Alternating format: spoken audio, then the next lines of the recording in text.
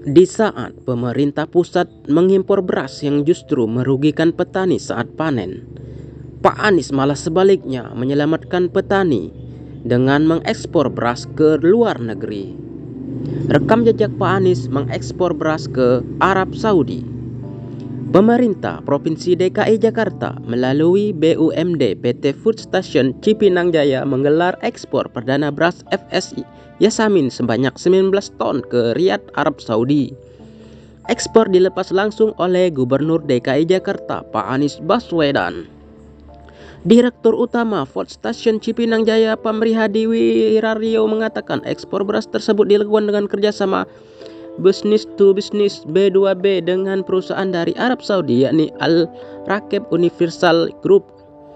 Pengiriman beras FS Yasamin perdana ke Arab Saudi mengambil momentum Hari Kebangkitan Nasional melalui kerjasama B2B dengan perusahaan dari Arab Saudi yang bernama Al-Rakib Universal Group, ujarnya melalui keterangan resmi Jumat 20 bulan 5. Adapun beras yang dikirim adalah jenis long grain dengan varietas IR64 Ciherang. Pamrihadi menyebut pengiriman perdana produk FS dengan brand FS Yasamin ini menunjukkan bahwa produk tersebut dapat diterima dan diserap di pasar internasional khususnya Arab Saudi. Sementara itu, Pak Anies Baswedan mengatakan ekspor beras ini merupakan pencapaian yang patut dibanggakan. Sebab BUMD Pangan DKI Jakarta sebelumnya belum pernah melakukan hal serupa. Oleh karena itu, pihaknya berharap ekspor beras ini dapat dilakukan secara berkelanjutan serta membuka peluang pasar yang lebih besar di wilayah Arab Saudi dan Timur Tengah.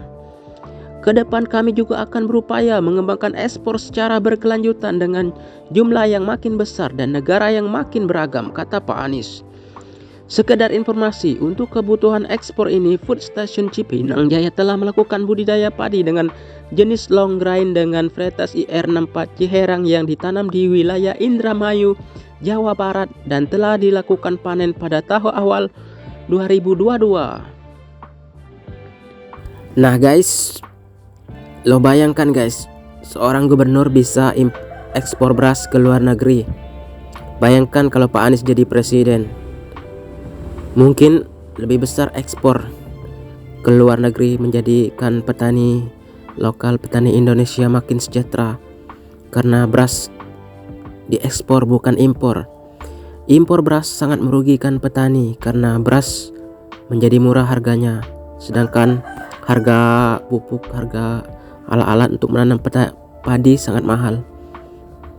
Inilah kebijakan Pak Anies yang pro rakyat kecil, bisa mensejahterakan petani, mengekspor beras ke luar negeri, suatu prestasi yang membanggakan bagi seorang gubernur. Ayo kita bersatu mendukung Pak Anies jadi presiden agar produk kita diekspor ke luar negeri, bukan impor.